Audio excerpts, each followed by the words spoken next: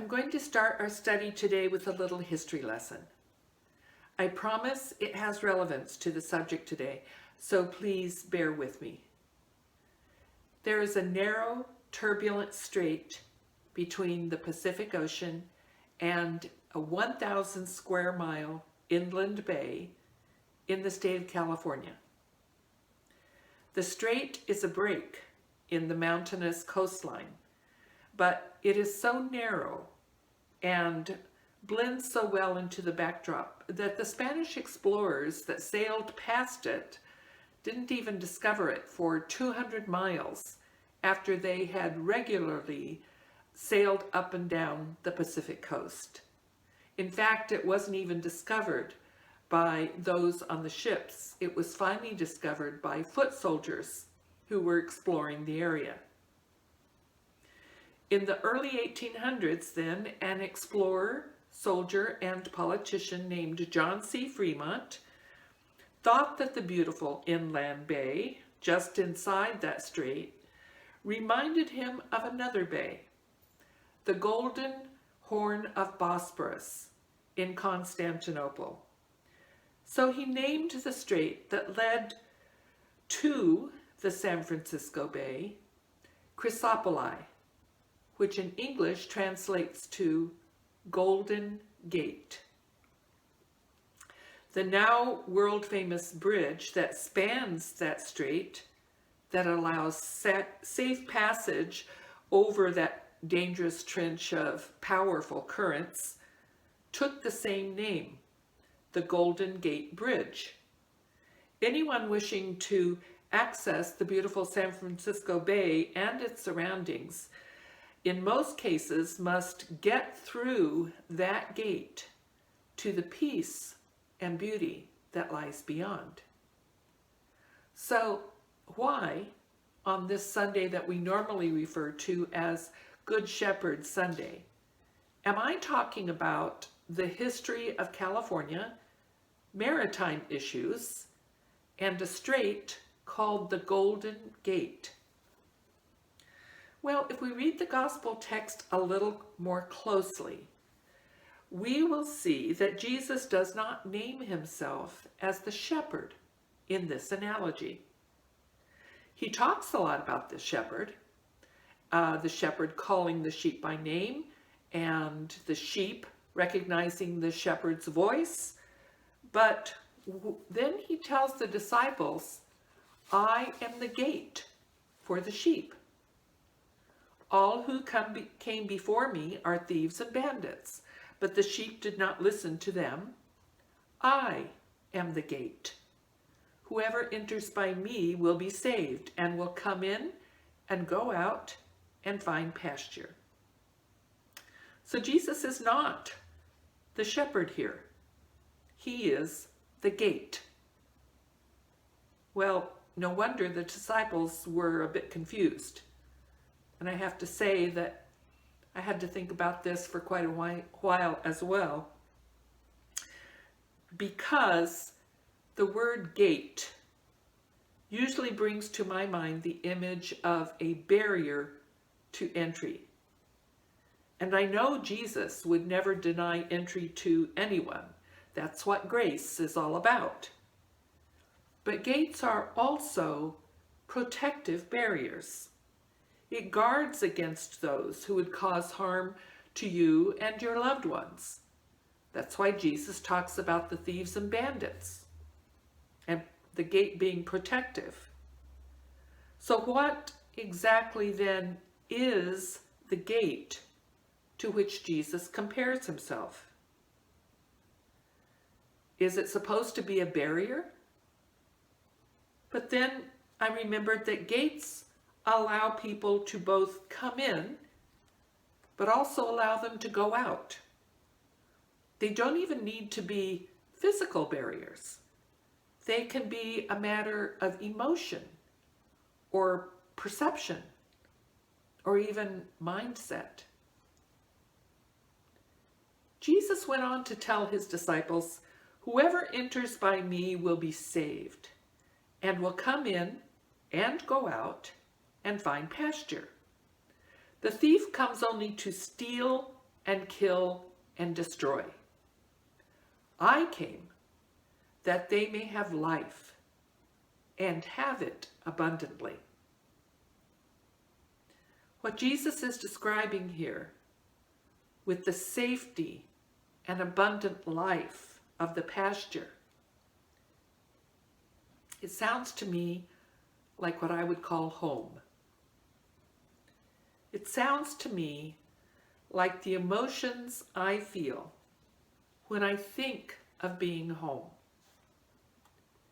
Emotions like feeling safe, feeling accepted for who I am, feeling loved and supported, and also feeling challenged for good, being pushed a little to encourage me to be the best I can be. So I can both come into this safe space of home, and I can also go out for new experiences and discoveries. But in both places, I can find the abundant life and safe pasture of home. This definition of home is not a specific place or an actual building. It is the emotions associated with the memories I have of wherever or whatever I call home. The emotions that make me feel like I am at home. It is the joy of what Jesus calls abundant life. A path with all the twists and turns which we only find by accessing the gateway, the gate that is Jesus. There's a reason we call them gates. They are the openings between two, sometimes very different realities. As in the Golden Gate Strait between the Pacific Ocean, which is not all that peaceful, by the way, and the San Francisco Bay. That gate is known by sailors to be quite dangerous to navigate. The strait there is very narrow, and the mountains on either side are high and are made of solid granite.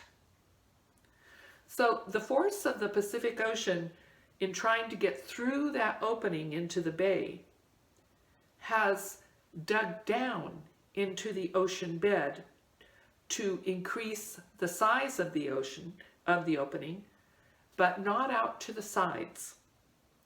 That means that the currents don't go smoothly through the opening, but that influx of ocean into that narrow space actually drops down and digs out the ocean bed so that the water goes down and then back up very quickly, making a roiling, almost whirlpool effect on the surface.